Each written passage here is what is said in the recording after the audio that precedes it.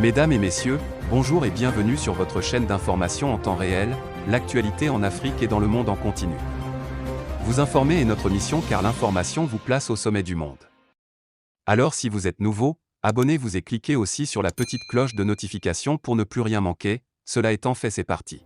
Eh bien, chers auditeurs, aujourd'hui nous allons encore continuer du côté du Mali pour vous parler des régions de Koro, Bankas, qui réclament la présence des forces armées maliennes.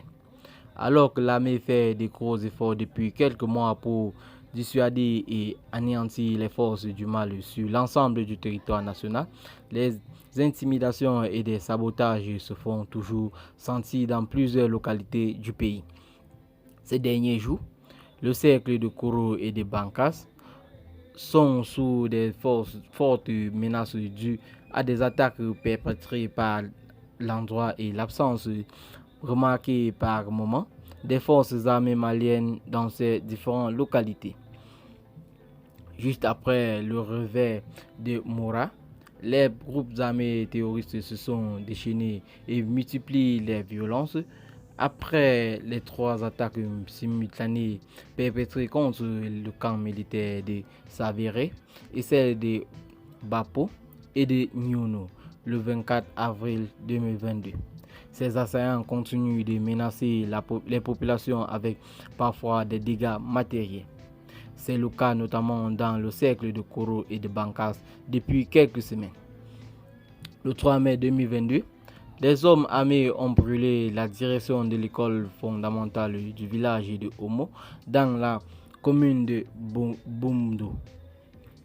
Certes, aucune perte en vies humaines n'a été enregistrée, mais aujourd'hui, la panique est toujours là. Selon nos sources, au même moment, un magasin de World Vision a été éventré et tout son contenu emporté par des assaillants de Madougou, toujours dans le cercle de Koro. Dans le cercle de Bankas, selon certains témoignages locaux, les violences sont devenues quasi quotidiennes. Le 27 avril 2022, les habitants de la ville de Bankas ont même manifesté leur ras-le-bol à travers les blocages des routes. En général, ces populations réclament la présence de l'armée sur place pour la sécuriser ainsi que les biens. Adama Diongo, président du collectif des associations des jeunes du pays d'Ongo et ressortissant du cercle de Bankas, précise qu'il y a eu plusieurs attaques dans la localité de Paro et de Songobia, situées dans le même cercle. Il y a eu 4 attaques dont la plus grave a été celle dans laquelle l'armée a perdu 5 éléments. Aussi, il y a eu une attaque au cours de laquelle un car et ses passagers ont été enlevés. Ensuite, un véhicule de marque 207 a été enlevé dans la même zone avec le chauffeur et son apprenti. La 4e fois, c'était une trentaine d'enlèvements d'une citerne. Heureusement, elle a été récupérée avec beaucoup de chance parce qu'elle s'est embourbée au cours de la route où les assaillants ont été obligés de l'abandonner, a-t-il expliqué. Selon Diongo, l'armée se fait de plus en plus rare dans ces zones alors que les terroristes, eux, s'intensifient leur présence. Après l'intervention de l'armée à Moura, la situation s'est pratiquement dégradée au pays d'Ongo.